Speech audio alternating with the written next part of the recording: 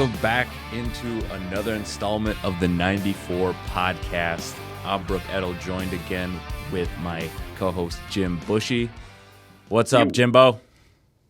Not much, just working away, just trying to get through the day. But I'm still riding the high of last Sunday morning, man. I'm still riding the high. Oh my goodness! Free bird. Yeah. So that was epic. What a way! A gold medal for breakfast for Team USA, taking down Canada in an epic overtime. And we could talk about the controversy of the overtime rules, the 3v3 compared to the 5-on-5 that was played throughout regulation. What a moment for Team USA, for both the men and the women. First time ever doing it in the same Winter Olympics.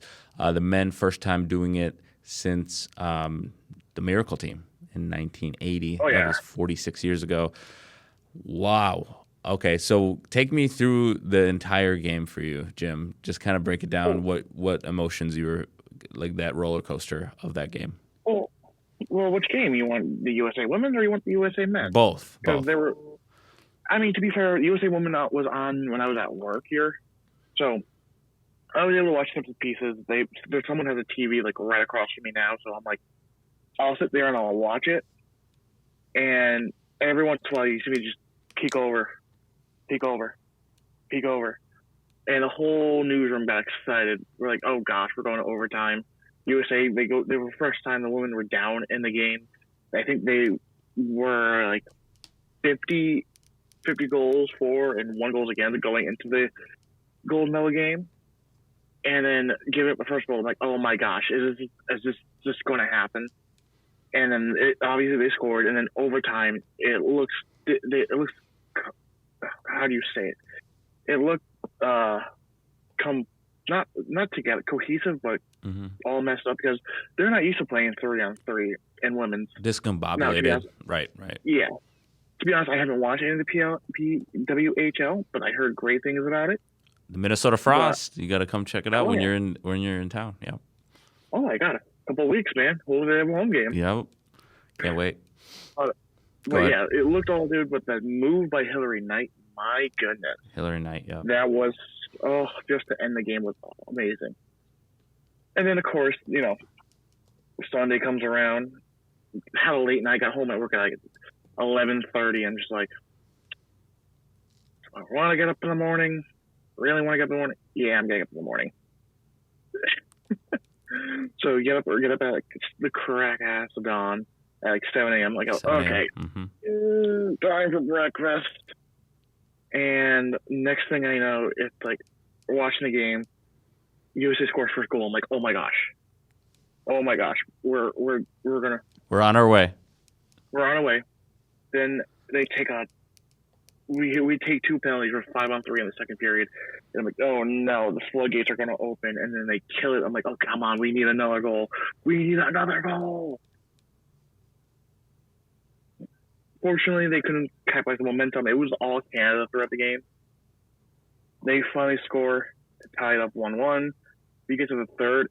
Connor Hellebuck, one of the greatest performance he's had. He's been called a bust when it comes to big games. He can't get it done.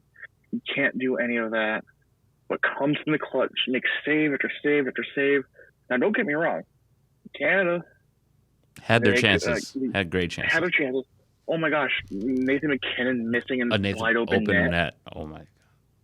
It was just like, how do you miss that? But you were in disbelief seeing that, right? Yeah. And just like get to overtime. This save that when he put his stick back, Hellebuck. Oh yeah. And Dougie Hamilton in the crease stopping it, and then you get to overtime. And this looked like, okay, everyone knows what they're doing. We know what we're doing. It was all Canada, and all of a sudden it takes one mistake. We say it a lot in football, but it's in every sport. You make one mistake, it's going to cost you everything. And my goodness, they scored the goal. I jumped out of my seat and just throwing papers all over the place. I was so excited. Jack Hughes, the hero for Team USA. Oh, yeah. Just at that point, it was pandemonium. I know we were texting in the morning, and that was just crazy. Like, what a way to start, and also finish the Winter Olympics for Team USA. But what a start to that Sunday, but what a finish to the Winter Olympics. Team USA also had a special moment, bringing Johnny Gaudreau's jersey with both of his children, his son and his daughter, onto the ice for the team photo. And we did cover this on the podcast, where he tragically lost his life with his brother after his sister's wedding, where they were hit by a drunk driver while they were biking home after the wedding. But that just lets you know that it is bigger than hockey. It's a brotherhood, and for Team USA, all the women that were part of that, it's a family. Team USA is a true family. It's just a special moment for the guys on the team to honor Johnny in that moment. I'm sure, in Austin Matthews, this has to be special for him, being the Captain America. And I know he's going to get booed once he gets back to Toronto. I'm sure he has been booed already. Same with Connor Hellebuyck, just being ultimate heroes for Team USA. What a way to really cap off the Milano Cortina 2026 Winter Olympics. What was your favorite moment of the Olympics? I mean, just being able to watch stuff like on my days off of work, getting up and watching everything live, watching how and what I have for TV, and I had my jailbroken stuff, but watching how the U.S. was covering things and what Canada was covering things, it's great to see all the sports. I love how every sport was able to get there, and you sit there and it makes you want to believe that for any young person, you can believe that you could be the next person there, and it just brings hope to next generations. Absolutely. Yeah, we just need more unification globally. And it is a powerful thing that sports can do, is really bring nations together and be able to compete at this highest of levels in the Olympics. It's really cool, for the youth to be able to experience greatness on display. I think it was really cool to see someone, I think it was a figure skater, Alyssa Liu. That was really cool in regards to somebody that had retired, came back to the sport, and she did find joy back in the sport, and she was able to win Olympic gold for Team USA.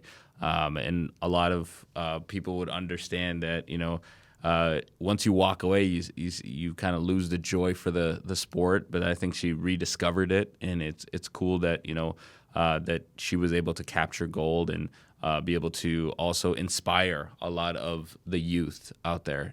Sometimes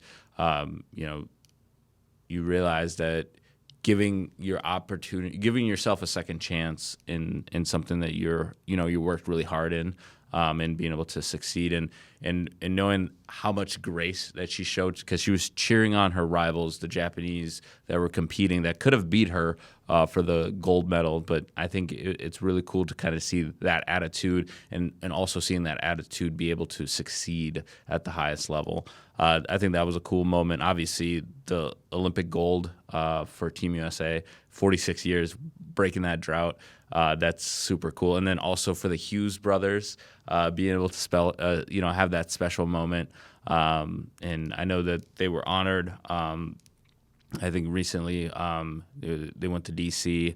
and got honored. They got flown out, I think, at a federal jet. So that's cool for them to experience. And I think that, Team USA is getting excited because they're building off this momentum into the next Olympics. And the next Olympics will be in L.A. This will be the Summer Olympics in 2028. Yep. But before that, Jim, we got the World Cup. That's less than 3 months away.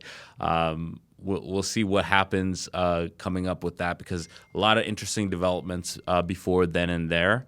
But yeah, just wanted to kind of just wrap up the Winter Olympics.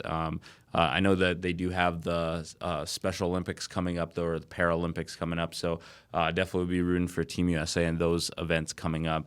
But yeah, I just wanted to at least do a quick send off for the Winter Olympics, because I know the last time we talked, we were kind of hyping up Team USA versus Team Canada going into the weekend. So definitely a cool way to wrap up the Winter Olympics. And I'm sure there's going to be like national tours of all these Olympians. Same thing for the women's Olympic team. They're going on their national tour. And it's really cool for the youth to be able to experience, these Olympic gold medal champions. So, yeah. Any other thoughts that you wanted to before we move on to the next subject? I mean, hey, you see all the increase in these sports now. I definitely believe. And I gotta give, oh gosh, what's his name? Marty Turco? No, not Turco. Oh God. Marty Tarugo? Tarugo. Okay. My God, what did he say? Oh my gosh, he had an amazing quote. Yeah.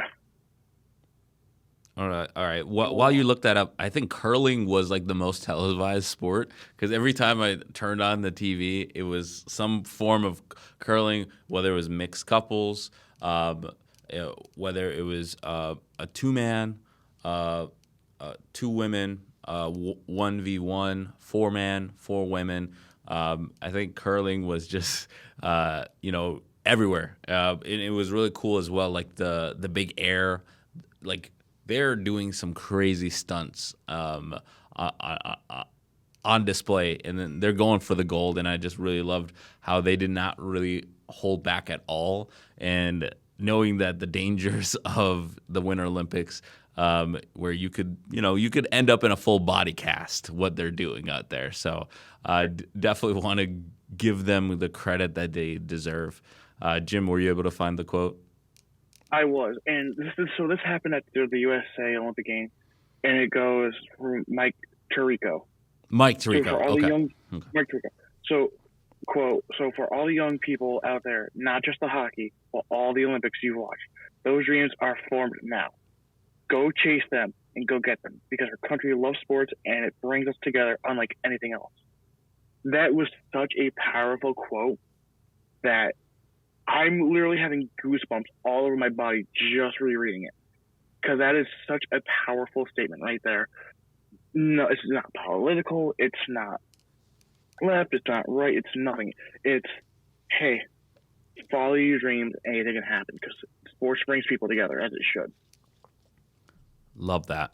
No, absolutely. That is a powerful message delivered by the great Mike Tirico, and well said. Well said by him, in understanding the situation, the presence of mind to know what to call out in that moment.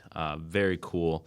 And I'm looking forward to just more sports and world events that bring the world together. I think that's what we need more than ever, is just unity and just bringing peace to everyone in regards to how they're able to enjoy each other's company. And I think sports does a really big part in being able to, provide that to a lot of people. I know sports is a way of a distraction. But again, there is a purpose with sports, and a lot of people, they're able to play these sports, and it really means something for their country. And I think the Olympics and the World Cup coming up, it's going to really show what it means for these players representing their nations, and how patriotic they can be. And it's really cool to really. It's really fueling the human spirit of being able to go out there and represent where you're from, and competing at the highest level. I know that we're going to do a quick pivot here. I know that the Winter Olympics are wrapped up, but there's some winter sports that are heating up, and we'll transition over to the college basketball court. our favorite team, Jim, the Yukon Huskies, are in a tight game right now. It's 66-65 against Seton Hall. About like 20 seconds left. You got it front and center? I do not.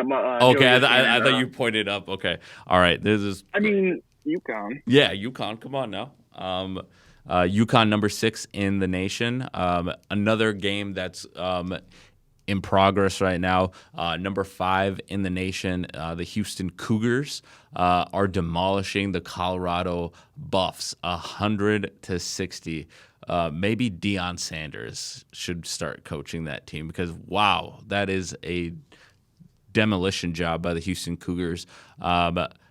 Number 1 Duke took care of number 11 Virginia 77-51.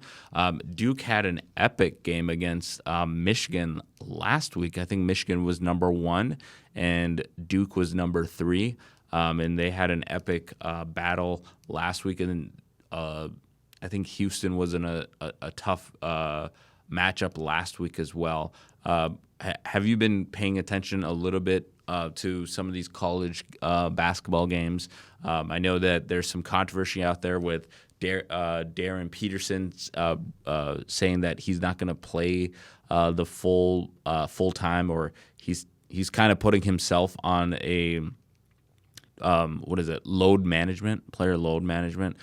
I think it's getting crazy. I feel like the NBA and the NCAA are kind of getting meshed into a hybrid product right now, where some of these athletes that are, either declaring for the draft are getting back into the collegiate portal. Same thing with college football. We can talk about this too, and just in a general NCAA, there's a lot of these quarterbacks. I know Trinidad Chambliss for Ole Miss, he was suing the NCAA for that extended stay or another year of eligibility to stay in college.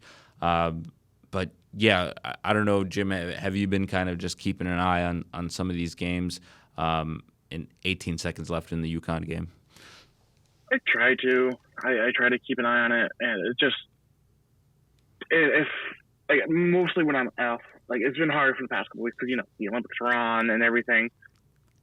And when I watch, like when these goes on, I'm either working or I'm with my girlfriend. I'm doing stuff. So I've heard some stuff, but I haven't done much. I haven't gone. I heard about the controversy, and if you have to sue to play in the NCAA another year, like, are like you're not going. You're not go. You might not. Your chances of going pro are not high. Like if I have to sit here and put in hey, I want to play another year. You're not letting me play. Fine, I'll sue. Like it just that speaking mentality, just like gets to me. But I mean that's what college sports are now. Like how much can I maximize my time? But it is what it is. I'm just like, how? Yeah. How?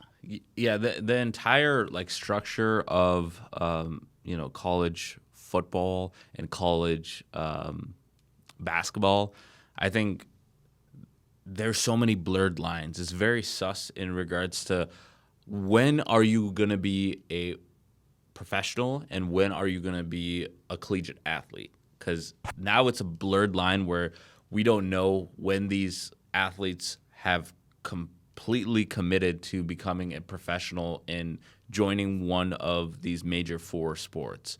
The top story right now that on this topic is Alabama Crimson Tide center Charles Bediako. His college career is effectively over for the second time after Alabama Supreme Court on Friday denied his request to play while he appeals his case. Earlier this week, Bediako's attorneys asked the Tuscaloosa's County Circuit Court and the Alabama Supreme Court for interim injunction relief, while he appeals a local judge's ruling that denied his request for a preliminary injunction to play college basketball for the remainder of the season. So this is in flight. Yeah. Isn't the guy who went to the G League and came back? Yes, Bediako had played in the G League and had signed multiple NBA contracts before a different local judge gave him a temporary restraining order to return to college basketball in January. So this is just at the top of the year. And the request to allow Bediako to play for the rest of the season pending his appeal, Bediako's lawyers argued that his case is unlikely to resolve before the season concludes. So that timeline was unclear, and it was not established. So the appellate process through the Alabama Supreme Court system can take months to finish. And if his lawyers pursue a decision from a federal court, it could take even longer, Jim. This is actually a huge story without realizing how huge it is. Because I want to ask you, what do you think this story means? Like, what do you think? I mean, it means everything. At that point, then it's like athletes are able to hit the restart button on their career. And it's like, if I don't get a favorable team, let's say like, you didn't land with the team that you're looking to land with, and you get, let's say you get ousted, you don't make the lineup, you're in the G League, or you're forced to play in the Euro leagues, or you're playing overseas, either in China or in Serbia or anywhere that's outside of the U.S. or in the NBA, then that gives a lot of these players that leverage that at any point they can be like, hey, I want another second shot at this, where I can get back into college. I can be able to use my name, image, and likeness for an extended period of time, and also be able to find another team that will, invest in my talents. For me, I feel like it's like once you go down that road, I think it is a sense to me that, you've made the choice to enter the NBA, and I don't think that your eligibility should be, granted at that point. I think, but this case is monumental in being able to really define that, because Bediako, if he wins this case or he's able to overturn the ruling, which it's unlikely because it looks like his case was denied, but I think like cases that are going to come forward after this, I think it's going to be interesting to see what it will make of these players that are looking to get that refresh or that restart. But I think it does hurt college basketball. It hurts the NBA as well, because you're not getting players that are ready, or you're not getting players that are fully committed to any team at any certain point.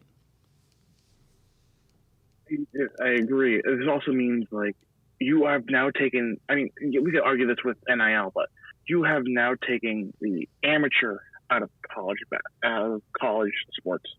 This president would be, like you said, people, and it's not like, oh, I don't like the team. It's like, oh, I went pro, don't like it, or a high schooler. College is different than everyone else, right? But amateur athlete. Yeah, this will change every sport. For example, baseball. Kids get drafted out of high school, they go straight to the pro. So they go minor leagues, they go to single, triple, they don't make it up, and they're making payments. Then they go back to school. Typically, you lost your ability to get money to play. You lose your status. If my thing it comes to my head, you lose your eligibility to play. But if he's able to do that, that's going to change everything in every sport. Now kids could go pro. They can retire at 20, go to college, or they can retire at 30, go to college, play their sport, make more money, and then possibly make more. So you've taken the eligibility aspect of it out of the way if he is allowed to play. So this is what I see in my mind, how big it is, how it can impact college sports. Absolutely right, because Bediako's attorneys argued that even though the 2023 NBA draft entrant had signed a two-way deal, so he had signed a two-way deal with the San Antonio Spurs and multiple Exhibit 10 contracts, so that moves that disqualified him from competing in college again. According to NCAA rules, other G League players, European pros, and names James Nagy, the 31st pick in 2023 NBA draft, had similar cases and were granted full eligibility to play during the 2025-2026 season, but those players hadn't played college basketball, making Bediako's situation unique. So this season, he has played for the University of Alabama. He has averaged 10 points for Alabama, which he has finished 3-2 in the 5 games that he's played, and he was a standout with the team from 2021 to 2023. During the 2022 and 2023, he was a defensive star for the Alabama squad that had the number 3 defense in the college basketball. So this kid can play. Is the fact that he's able to hit the refresh button, I think it also hurts other college athletes. I think that's not being discussed here, because I think when there's scholarships that are being put out there, I feel like this is not fair to that freshman at University of Alabama that's looking to break through and actually get a spot on the team. A player is getting left off scholarship, or they're not able to, or they're forced into a redshirt season. I know that this really muddies the waters in regards to how the G League plays a part in regards to the eligibility, but I think it does really muddy the water for all young athletes, and I think there should be a clear a clear status in regards to you sign a professional contract. I feel like you've declared, like, again, that was what I understand is like once you declare for the NBA draft, it's like you're giving up your eligibility at that point. I don't understand how he's able to countersue and get back into the fold in regards to actually playing in college basketball once again. But yeah, this will be an interesting story to see, and then also the fallout and the aftermath of it. I think the update was UConn just won 71-67, defeating Seton Hall.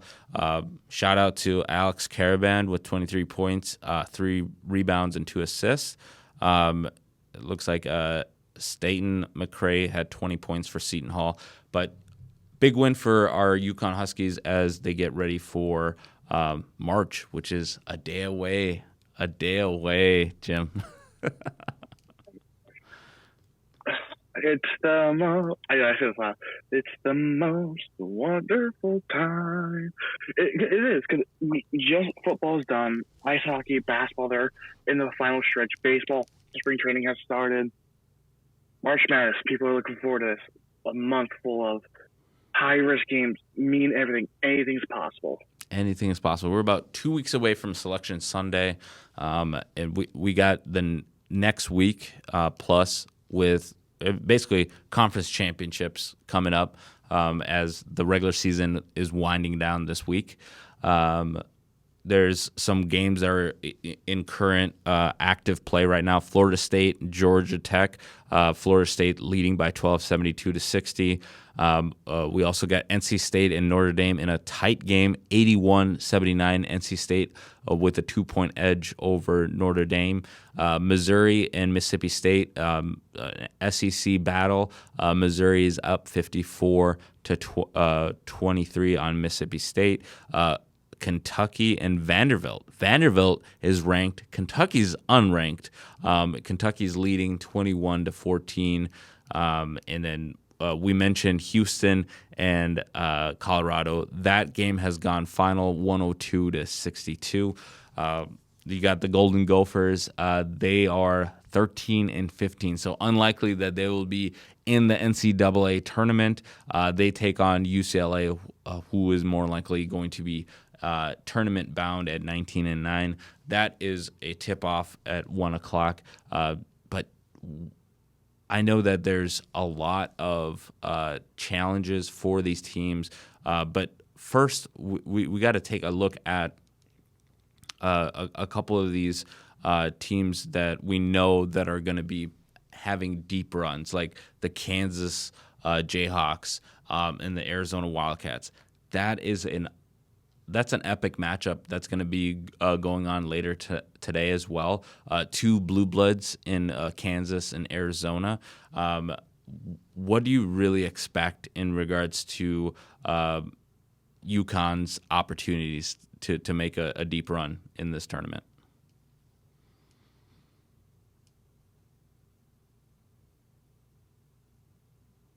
Can you hear me? Oh, yeah, you dropped out for a second, and I was like, okay, yeah, now I can hear you. Yep. Yeah, perfect. My AirPod I had to change my AirPod out. No, you're good. Go again? Yeah, what's your thoughts on UConn and their opportunity to get back into the Final Four and compete? I know the defending champs, the Florida Gators, are number 1 in the SEC. They're number 7 overall. They're coming out of a tough SEC. We did talk about the Alabama Crimson Tide with Bediako and his case that's ongoing with the Alabama Crimson Tide. They're 17th overall. The Arkansas Razorbacks are 20 with Jim Calaberry, and you also got the Tennessee Volunteers at 22, and then we just talked about the Vanderbilt Commodores at 25. So they're coming out of a tough conference there. I'm looking at the Big Ten as well. The Big Ten's got some really good teams. Gonzaga is a team to also keep an eye on. I'm just kind of looking at like the entire Miami, Ohio is another dark horse. We also got the Big Ten. I think is the cream of the crop right now. You got the Michigan Wolverines, number 3 overall. You got Nebraska with the Fighting Fred Hoibergs. And you got the Michigan State Spartans with Tom Izzo. I mean, March is the month of Izzo. And then you got the Fighting Illini at number 10. And then you got the Purdue Boilermakers at 8. It's going to be fun. I mean, anything can happen. I really hope UConn can make it again.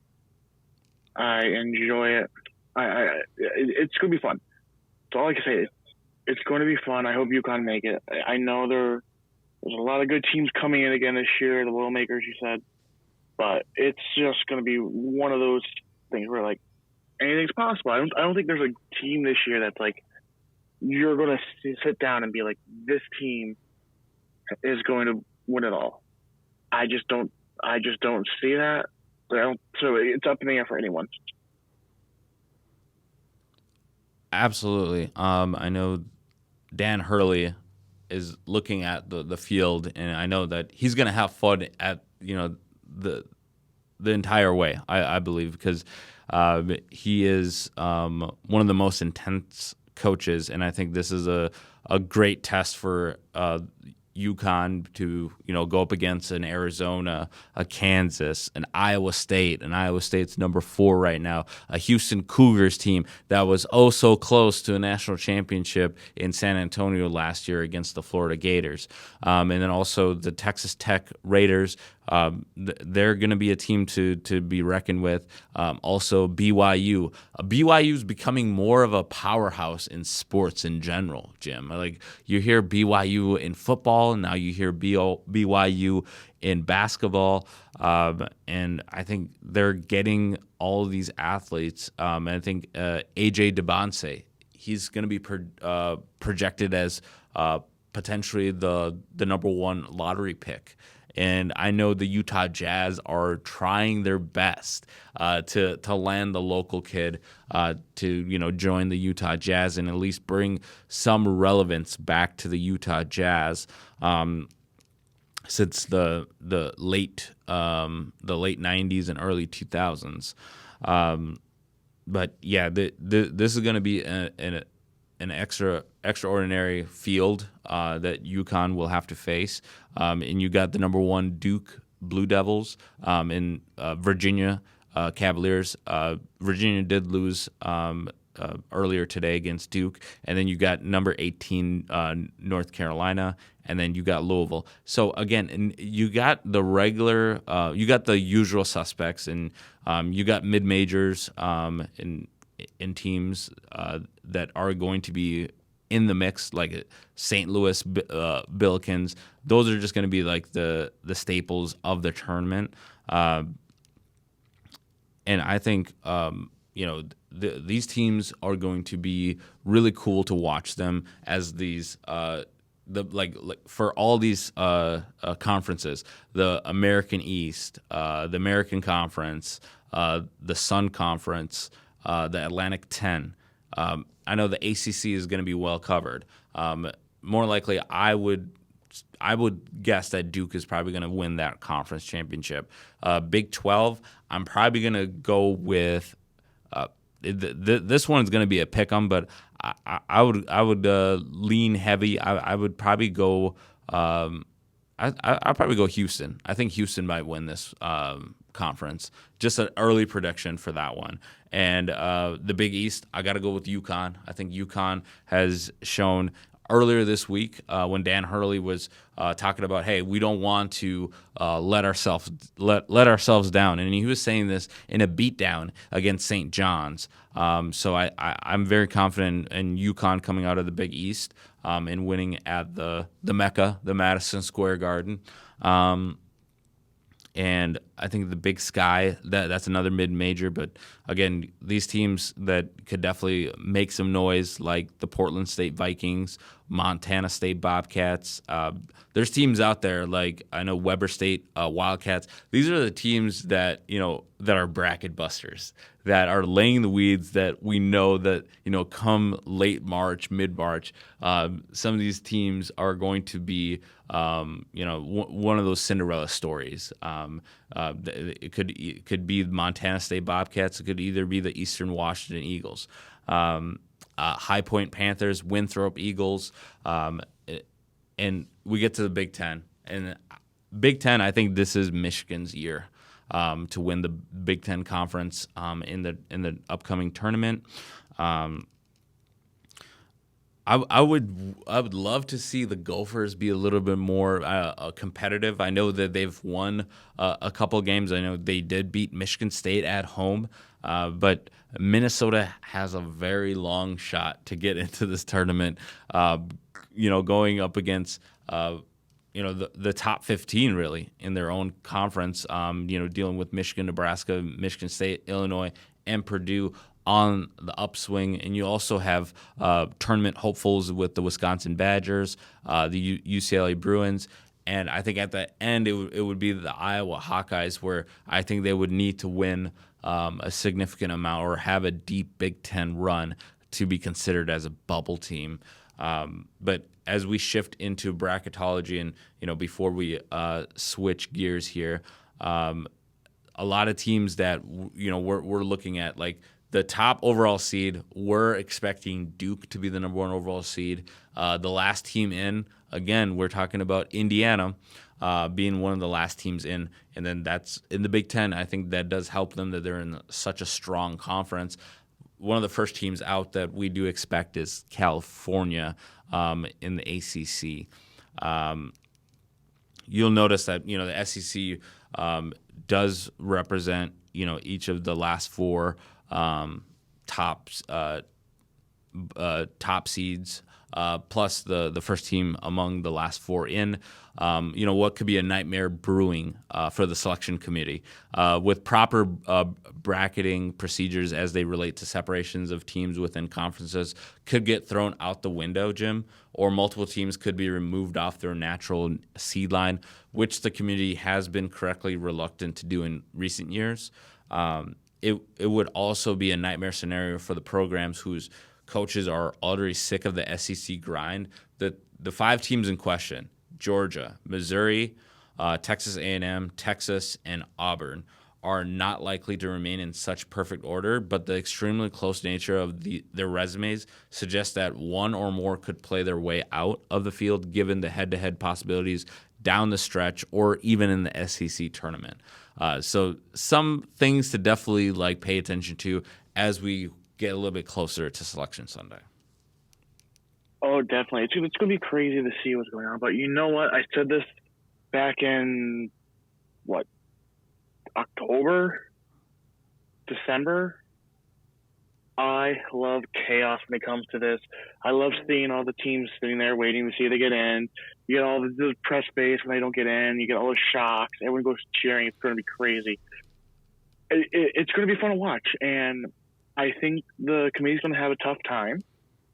And it's just, what do you want me to say, man? It's going to be fun to watch. It's going to be fun to predict. Brooke, you know when the brackets come out, we're doing it.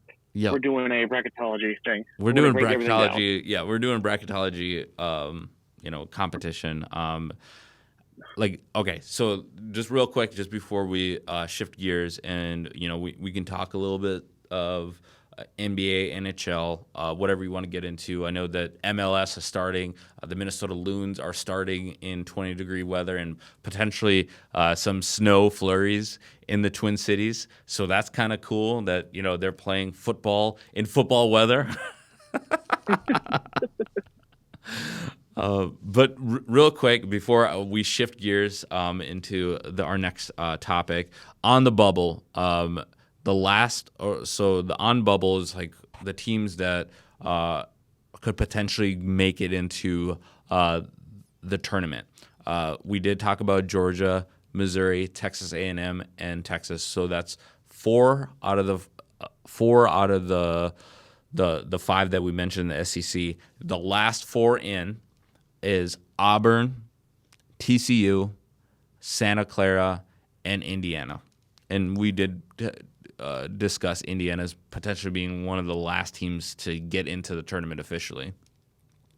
The first 4, so this could definitely change, granted how the tournament week goes and how the rest of the action plays out. California, New Mexico, Ohio State, and USC. So the Big Ten has 2 out of the last 4 out, so that does represent well for the Big Ten. The next 4 out, we're looking at VCU. VCU has been, consistent in regards to making the tournament, but here we see them as one of the first 4 out, or the next 4 out. Virginia Tech, Seton Hall, that was just, took on UConn and lost, and then Cincinnati as being one of the next 4 out. But yeah, we'll continue to see. Right now, we're projecting SEC as the top team, Big Ten right behind SEC, Big 12, Big East, West Coast, and then Mountain West. But again, this will be something that we'll definitely keep a close eye on. And as we shift gears here, we're taking a look at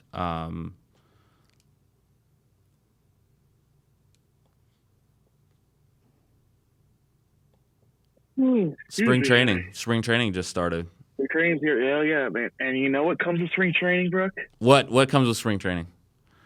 The World Baseball Classic. World Baseball Classic, WBC. There you go, World Baseball Classic. I don't like all these major. I think this is good. It's great for the sport of baseball. I mean, like you have countries going against each other. It's about pride. It's about everything. So much fun. I think that like last year they saw an increase in viewership because of it. I think this year they'll show another increase as well, just because it's a huge competition. You have Shohei, Trout. You have all these big name players playing against each other Trout, right, for their country. Teammates become rivals, as the commercials say. It's going to be so fun. It's going to be so fun to watch. Oh, it's going to be epic. I mean, Japan just held. This is crazy. Just to think about the stardom of Shohei Ohtani. They just did a batting practice for Shohei Ohtani. It was sold out, Jim. Just batting practice. Not even a game. Batting practice. Oh yeah, it's wild what everything is.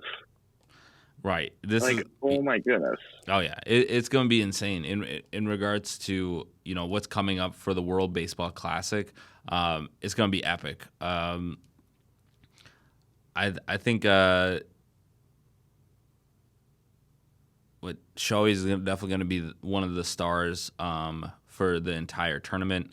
It's going to be really cool to see all of these players fully healthy playing. Like I think that's the cool part about the World Baseball Classic. It happens in a period of time before the season starts, so there's no stop or start. So I definitely have to commend the entire committee for the World Baseball Classic. Any word on where the World Baseball Classic will be? Where or when? Where? So there's four locations. There's Miami at Lone Depot Park, in Houston at Daikin Park, and Tokyo at the Tokyo Dome, and in Puerto Rico at the Hiram Blythorn Stadium, butchered both those national ones. And it's going to go through starting on 5th, where national teams takes on spring training teams, and then it ends on March 17th. Okay. And then I think the winner, mm-hmm. I think the last game is at Lone Depot for the championship. Okay, I think. to Miami, Lone Depot. Okay. Or Houston. Or Houston, Daikin Field. Okay. Nice to see in Tokyo. Oh, the Daikin Field is in Tokyo? I would like to see it in Tokyo. That would be cool. Yeah, if it was in Tokyo, that'd be epic. Oh yeah. Because right now, as we get ready for the World Baseball Classic to get ready, you can watch these national teams take on these professional MLB teams. You got Team Columbia versus the Pittsburgh Pirates. That's coming up on Tuesday, March 3rd. Netherlands going up against the Baltimore Orioles. You got Panama against the New York Yankees. I know, Jim, you'll be a big Panama fan on Tuesday. You got Team Canada going against Toronto Blue Jays. Okay, this is a civil war. What's going on with Canada? Like, who do you root for if you're Canadian in this game? But I digress. I would say you root for Team Canada because I think those major league teams are playing like they're like B teams. They're B teams, right? Or those who are not making the teams, but still, it's like crazy. It's like, and then like they have Max Scherzer. They just re-signed Max Scherzer for 1 year, $3 bill. Mm-hmm. $3 bill, yeah. Mad Max is back. That's awesome for the game. You also have Israel going to Miami. I think that is going to be an interesting matchup. You got Nicaragua against the New York Mets. You got Brazil going up against the Athletics, not Oakland, not Las Vegas, just Athletics. Yep. And you got Cuba going up against the Kansas City Royals, and Italy going up against my Chicago Cubs. So it'll definitely get some pasta and watch that one. Definitely. Right. And then this one is programmed. This is scheduled. TV time. Team USA against the San Francisco Giants. So go Team USA. That will be I think 2:00 Central Standard Time. That'll be at Scottsdale Stadium in Scottsdale, Arizona. Okay. You got Great Britain against the Milwaukee Brewers. You got Mexico going up against the Arizona Diamondbacks. You got Detroit at the Dominican Republic. So this game will actually be in the Dominican Republic. So that will be on the network. It's going to be at the Estadio Quesaque Juan Marshall in Santo Domingo, Dominican Republic. So that will be a cool game to check out. We got Team Puerto Rico taking on the Boston Red Sox. That will be in Fort Myers, Florida. And you got Team Venezuela taking on the Houston Astros. And most of these games are going to be either the Grapefruit League in Arizona or in Florida for a lot of these MLB team home sites for a lot of their spring training. So a cool flavor to definitely take, make sure to, check out some of this spring training action next week. It's definitely going to ramp up as you get closer to the actual World Baseball Classic. I'm taking a look at some of these teams, like Team Canada. You got some of these stars that are on Team Canada. You got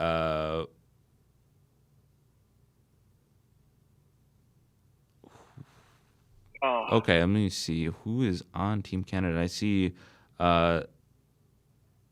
James Talion, I think from the Cubs. I think he was an All-Star, and you got Matt Davidson, Adam Hall. You got some of these young players. You got Josh Naylor. I think he's a sibling. Oh, yeah. Yep. So that's really cool in regards to some of these teams that are going to be represented for team. I'm just pulling up the full website here. Team USA. Who do we got there? We got Matthew Boyd. I know I'm like naming off all the Cubs players here, but Clayton Kershaw. Is Clayton Kershaw going to be part of Team USA? Is he retired? Oh, he retired from the MLB. I mean, he could still pitch. He could still pitch, right. So Clayton Kershaw could be someone to pay attention to. Joe Ryan locally for the Minnesota Twins. Paul Skeens, All-Star with the Pittsburgh Pirates. Tariq Skubal. Ooh, that's gonna be dangerous. That's gonna be really good. Got a great pitching rotation is just damage. It's just Logan damage. Webb. Wow, Michael Wacha. Like Michael Wacha is getting up there in age, but that's still like a great rotation to have. You got Garrett Whitlock from the Boston Red Sox. You're looking at the big dumper in Cal Ray as the catcher, and then you got Will Smith. Well, that's an all-star. That's an all-star lineup right there. You got Bryce Harper. We're not even getting to the infielders and potential. Alex Bregman just recently signed with the Chicago Cubs. You got Gunnar Henderson, one of the young stars. Bobby Witt Jr., another young star from the Kansas City Royals. Yeah. Ernie Clement, that just was featured in the World Series for the Toronto Blue Jays.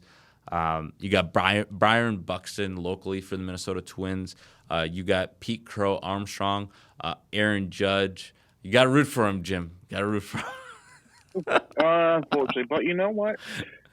The second he takes that pinstripe off, he puts the USA jersey on, I'll root for him. The second he takes that USA jersey off and puts the pinstripes on, or anyone who puts the pinstripes on, I'm going to hate. Okay. The Yankees damn suck. F the damn Yankees. And then we'll close here. We got Roman Anthony, Kyle Schwarber. That's a special weapon right there. And the managers are going to be Mark DeRosa, Michael Young, Freddie Gonzalez, Brian McCann. So some of these players are very familiar, or like that used to be players that are now coaches. Sean Casey, Matt Holliday, Andy Pettit, George Lombard, Dino Ebel, and David Ross, 2016 World Series champion with the Chicago Cubs. So that's really cool to kind of just see Team USA and what they're going to be all about for the World Baseball Classic. That's cool. Houston, Miami, Tokyo, just cool sites for the game of baseball for this to really take off and launch. I know with spring training underway, definitely want to look at some of the day one starters. I think Willie Peralta just got named day one starter for the New York Mets as they'll take on the Pittsburgh Pirates to start the season. The Dodgers don't expect Snell to be ready for the opener. The Giants scratch Rafael Devers from lineup. And then also, there's that trade was what's up? That trade really did not work for either team. My goodness. Oh yeah, that was trade. Everybody thought that was going to be a blockbuster trade. That went down for San Francisco. Yeah, to help them get the playoffs, and the Red Sox. Who knows what they're doing? Mind you, Greg Lowe, I still hate you. You did Yeah, you signed pitching. Yeah, you addressed the need, but you screwed up in the infield. Yeah, you got Kenneth, whatever, the guy with the 2 last names. I can't say it right now. Yeah. So I'm blanking. But, like we wanted a big star, and you couldn't do it. Like, you lost Pete Alonso to the damn Baltimore Orioles, our divisional rivals. You should have came to the Red Sox. You're just not really happy with what's going on with your Boston Red Sox. Really should. I mean, yeah, you have a lot of good young prospects, but you can't rely on prospects the whole time. Are you talking? Like, we want to go. Yeah. Were you talking about Isaiah before we get off onto the next topic? Were you talking about Isaiah Kiner Falfala? Yes. Okay. Who is a bench bat? We have too many outfielders right now. We have, because Duran is the trade bait, but like he's great to stay in the lineup. Abreu, he's only 29 too. He's young. Yeah, he's very young. So why, get rid of? I think I'm Joey, one of our sports. You know Joey. Yeah, I know Joey. One of our supporters. You're speaking like Yoshida's the odd guy out, but like he has to put up the numbers to trade him because he's not really that good. The number they're paying for him, Was he a big strikeout? Yoshida was a big strikeout for the Boston Red Sox. He was a big contact hitter. Okay. Like he won't get you the power, so he's not really a good DH. Sure. But They got him listed as a left fielder or as an outfielder. Yeah, he's a left fielder, but like he's been injured. He's done nothing, and just like he doesn't fit in the mold right now. Gotcha. Do you think he'll start in AAA to start the season? No, he'll be on the bench. He'll be on the bench. Okay, so Alex Cora will just have him for late innings or any kind of pinch hitting, situations. But Roman Anthony, do you think they need to start building around him as one of your young stars? Oh, 100%. Okay. 100%. Okay. Like I think Byron Buxton would be a perfect fit for the Boston Red Sox. And I know that he wants to end his career as a Minnesota Twin, but as just like David Ortiz, I want to see Byron Buxton play meaningful baseball. And if it's not, in Minnesota, I think Boston is a good spot for him because I think he would be able to cover a lot of space in the outfield, and I think he would definitely bring some pop in a favorable ballpark in Fenway Park. Oh, 100%. Yeah. Okay. No, that's interesting to kind of just get your what you're thinking about your Red Sox going into the season. We'll see about your Cubs. I mean, yeah. Last year they made it past wild card. They made it to the division. No. Yeah, they made it the divisional round. They got eliminated by the Milwaukee Brewers. Yeah. Yeah. Yeah. So what do you think? What do you think they need to do to get to the next level? Okay, to get to the next level, I think need to get more runs. I think that offense needs a little bit more run support for the pitching staff because I feel like the bullpen does a good job, but I think that you also got to score runs in a long season. I think being able to also improve the offensive, because I did see a lot of games where the Cubs would lose 3-2, or they would have a really good outing by a pitcher, but you're not supporting, and you're losing these close games, and also striking out a lot. I think that's another thing, and just being able to find good contact hitters. And I really want to see them replace Kyle Tucker because I know Kyle Tucker went and signed with the LA Dodgers. I would like to. You got Alex Bregman now. Yeah, we got Alex Bregman. I like him. He's a great all-star third baseman that should have stayed the Red Sox, but that's another. Right, that's another conversation. I mean, we do we do welcome him with open arms because he's definitely going to be a great addition to the Cubs roster. And just looking at the entire Cubs roster and seeing what we got. We got Alex Bregman, as you mentioned. You got Nico Horner, Gold Glove. You got Matt Shaw, Darby Swanson. I think we definitely need to add some more pop in regards to our outfielders. And I know Seiya Suzuki, Ian Happ, Pete Crow Armstrong, they do a great job, but we definitely need big years from Justin Dean. We need big years from Kevin Alcantara to really push the Cubs to the point where they're able to win the NL Central and really compete deep into October. Also the bullpen. I would like to see them really go after a closer or a strong setup. I really was pushing for Duran last year from the Minnesota Twins, but I know he went to the Philadelphia Phillies.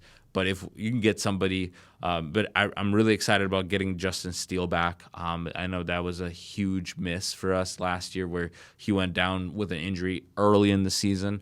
I think he didn't even make it to May. I think he got injured in late April. I think also for the Cubs, I think getting another strong arm, because I think you need somebody that can kind of also connect the pitching all the way to the close. I think you need a couple more middle guys because some of the bullpen woes of last year, for that to continue, I think that would be an issue that needs to be established right away at the beginning of the year, because I don't think the Cubs are going to make a deep run if we don't figure out the bullpen, because once we hand it off to the bullpen, we should expect them to get us to the finish line. And in so many cases, there was blown leads or, unable to keep runners off the base paths. So I'm looking for the Cubs before the trade line or, up to the trade line to add more offense and then also shore up that bullpen, because I think that's what's going to keep the Cubs going and, in the hopes of making a World Series appearance in the 10-year anniversary after winning the World Series back in 2016. That's spot on. Yeah, there's a few games I watched that they did need a lot of bullpen help. Hey, anything the problem? Like, some of the moves I saw, did they not re-sign someone? Soyuka? One of the pitchers? What are you talking about? Seiya Suzuki? Yeah. Yeah. Did they let him go or not sign him? No, he's still on the team. No, Okay. They still have control of him. Yeah. Then something else. But yeah, no, I think adding Bregman's definitely going to help. I think the bullpen is a big key for them. That was huge. A 5-year deal with Bregman. Yep. Yeah. But still, it's going to be huge. I think there's a big boost in their offense. Now you just got to I think pitching, that's the problem though with pitching. Is the teams that have the pitching are asking, or good pitching is it's a premium, right? It's a premium right now. It's a premium, and the teams that have it, they want to trade. They want a buttload back. So even trying to get one, and teams are smarting up now. They're signing these players to long-term deals just so they can hold them for a while. So it's going to be a tough year. Hopefully the Cubs do good though. It's going to be fun. NL Central, to see them. I wonder if they could take on the Brewers again. Yeah, that's going to be Brewers. They need help. Right, the rivals up north and the Brewers. That's a good rivalry. I really do enjoy the rivalry with the Brewers. Yeah, so it'll be a fun time. Maybe come back to Green Bay. We'll take a trip down to Milwaukee, catch a Cubs Brewers game. I welcome that. Catch a couple. Yeah. Or hell, we can even go to Chicago to catch a game. I'm down. Absolutely. Let's check out a 1:20 Friday baseball game. I think that'd be really cool. the friendly confines of Wrigley Field. I think that would be really a really good time, Jim, to check that out. I'm You know what we definitely should up for do? You know what we should do? What? We should try to plan it where it's a home game for the Cubs and a home game for the White Sox. 2-1. Ooh, okay. I'm with that. So like it could be like a Cub day game, and then it could be like a White Sox night game. Yeah, I got you. Yeah. I got you. It's like a doubleheader in the same city. It's a crosstown doubleheader. Oh, yeah. I got you. Oh, yeah. I think there's only 2 other places besides Chicago where you can actually do it. So Right. I mean, yeah, like you would have to either be in New York or if you LA. want or LA, right? That would be the Freeway series, right? Yeah. But yeah, you got to definitely get healthy because I know with Justin Steele, he's got the elbow. The last note right now on the Cubs before we can move on to another topic. Justin Steele's got the elbow and has been throwing a 30-pitch bullpen session. Is targeting return to majors in May or June. So that'll be interesting to see how he's able to get implemented into the pitching rotation because I think that is going to be key to really how far the Cubs will go. And I know with the overall rotation, I think it's going to land really heavily on seeing what we can get out of the starting pitchers. I know it will be heavy on Matthew Boyd to start the season, and I think Shada Iminyaga, he needs to bounce back. He needs to get out of his head because I know he's kind of gotten a little home run happy, but I think he needs to just get back to his rookie campaign where he was a stud for the Cubs. But I'll just close there, and I just hope that any injuries that are going on in spring training, hope everybody's able to get back healthy because I know there's players that are competing in the World Baseball Classic.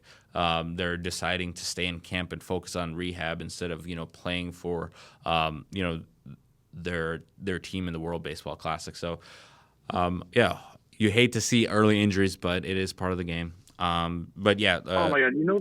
The one person who I was so upset, who I really like as a player. Yes. He's on the Diamondbacks, Corbin Carroll. I love the guy. Like, he's great in fantasy, but he has such a sweet swing. I like him so much. I wish he get more respect that he deserves. Oh, for sure. He definitely. Yeah, he's an unsung hero in regards to a lot of baseball fans. Definitely. You said Corbin with the Arizona Diamondbacks, right, Calvin? Yes. Okay. He's out with like a wrist injury that's takes him out for a couple months. Okay. Yeah. I might have to go. Honestly, I might have to go start collecting one of his cards because it's kind of stray, but same thing. Like, someone gets injured, their card prices drop, and when they make the return, they skyrocket. So like, I'm right tempted back to just you want to buy like, the low, buy the low. Buy low, sell high. I got you. Okay. Well, let's shift real quick. I know that this is the longest ever in 94 podcast history. We're going to talk about the NFL to close here. We got 8 minutes here before the top of the hour. The NFL. I know that there was a funny story that did come out with I think it was Fernando Mendoza. There was a team that had it was not an official visit, but they asked him, "Are you willing to get arrested so potentially you could get a slide in the draft?" Oh my! He didn't name the team, but it's just like, oh my God, these GMs, they just get they get in front of these players and they just say anything. I feel like. Oh my God! Like, are you that desperate? Like, what? Right. That sounds like a Cleveland Brown thing to say. Like, honestly, that sounds like a Cleveland Brown. Cleveland Brown. Where it's just like, yes. It's like, hey, can you help us out? Throw us a bone. Yes. We got great fans. I mean, hey.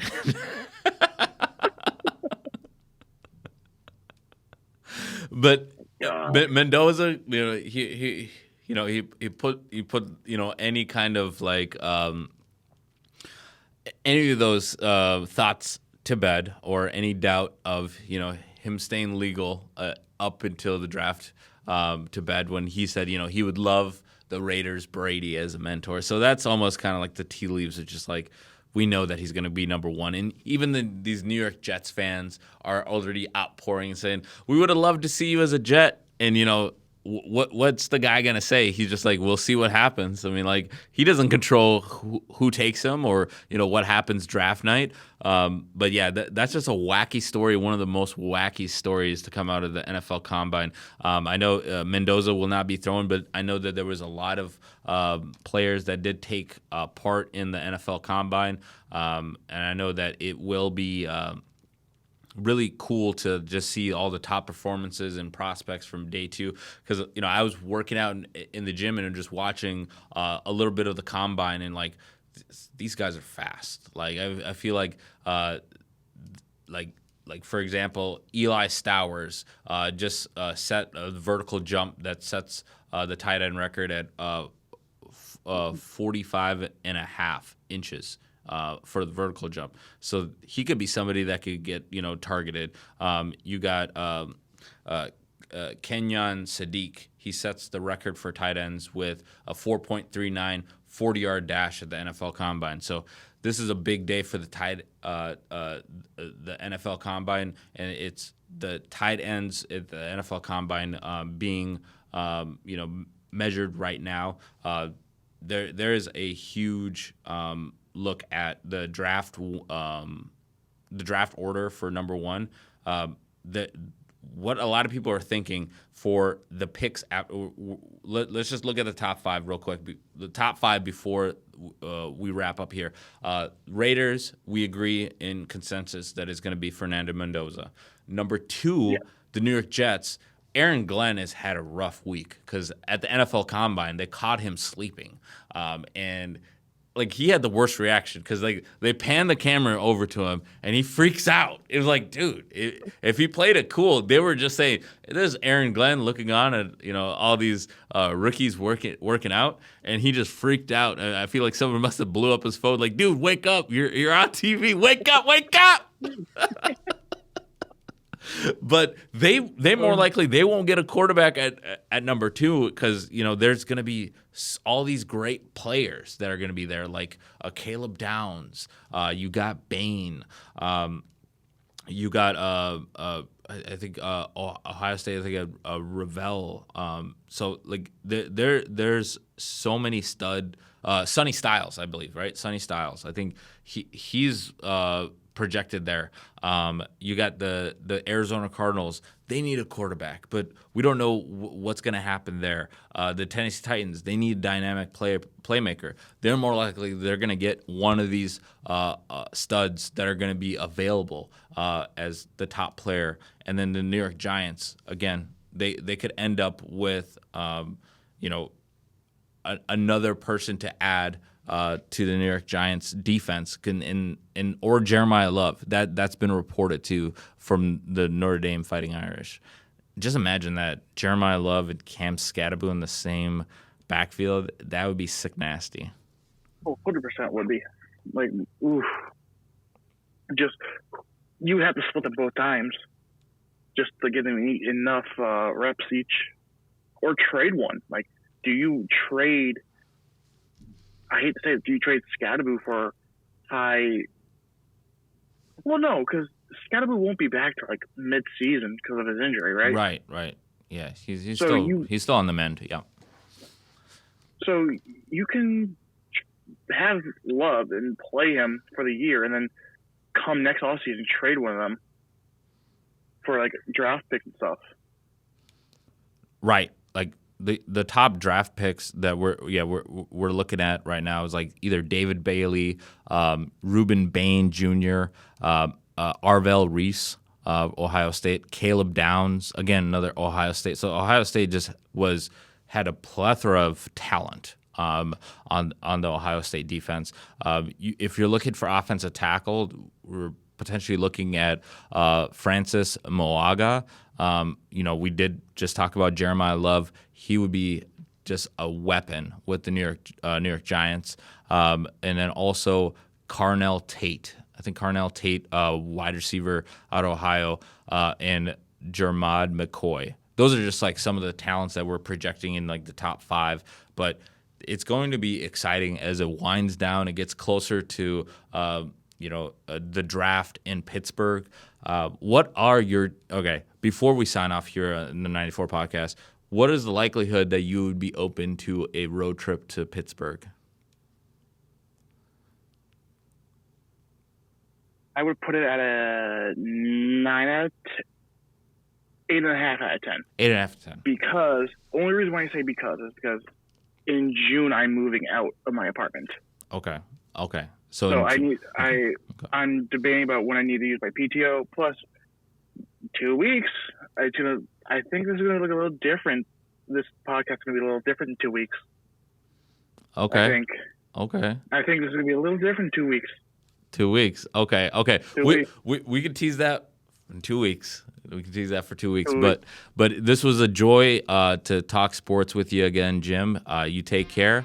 Will. Yeah, absolutely. And make sure to like and follow and subscribe and on all platforms. We're on TikTok now, so make sure to check us out on TikTok, the 94 podcast. But until next time, we'll see you at the TOP.